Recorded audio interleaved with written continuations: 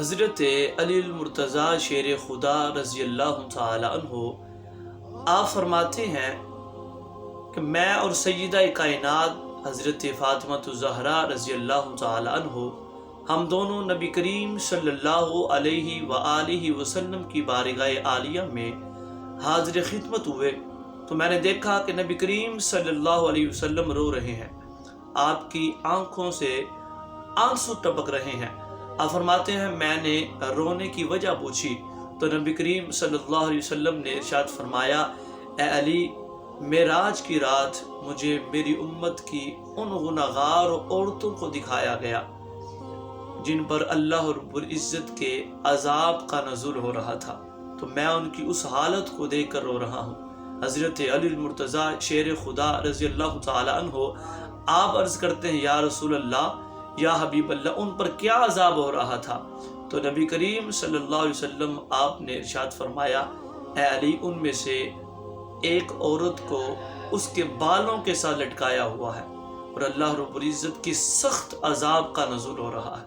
اور ان میں سے ایک عورت کو میں نے دیکھا کہ اس کو اس کی زبان کے ساتھ لٹکایا ہوا ہے اور اس پر اس قدر عذاب ہو رہا ہے کہ اس عذاب کی وجہ سے اس کا جو دماغ ہے وہ آگ کی تپش سے کھول رہا ہے۔ اور اسی طرح میں نے ایک اور عورت کو دیکھا کہ اس کو اس کے پاؤں کے ساتھ لٹکایا ہوا ہے اور اس پر بھی اللہ رب العزت کے سخت عذاب کا نزول ہو رہا ہے۔ اسی طرح میں نے ایک اور عورت کو دیکھا کہ اس پر سانپ اور بچھو کو مسلط کر دیا ہے۔ اللہ اکبر۔ اب میرے قریب نبی علیہ السلام آپ نے جب یہ ارشاد فرمایا نا تو سیدہ کائنات حضرت فاطمہ الزہرا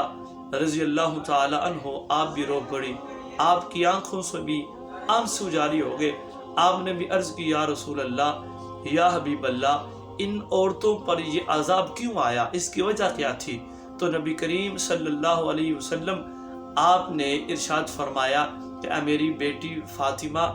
جس عورت کو بالوں کے ساتھ باندھا گیا تھا وہ اس لیے اس پر یہ عذاب آیا کہ وہ دنیا میں رہ کر اپنے بالوں کو غیر محرم عورتوں سے،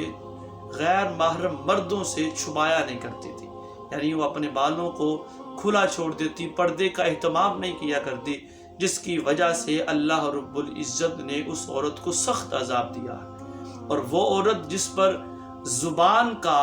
عذاب آیا ہے، یعنی جس کو زبان کے ساتھ لٹکایا گیا ہے،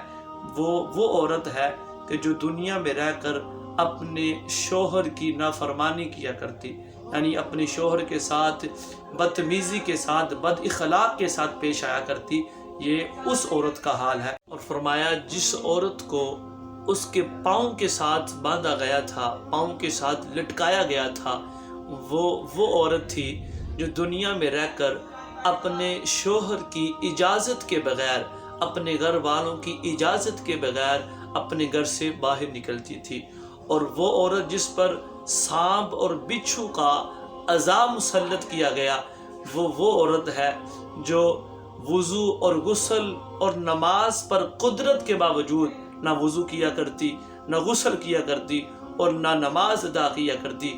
اس وجہ سے اس پر بچھو اور سانپ کا عذاب مسلط کر دیا گیا۔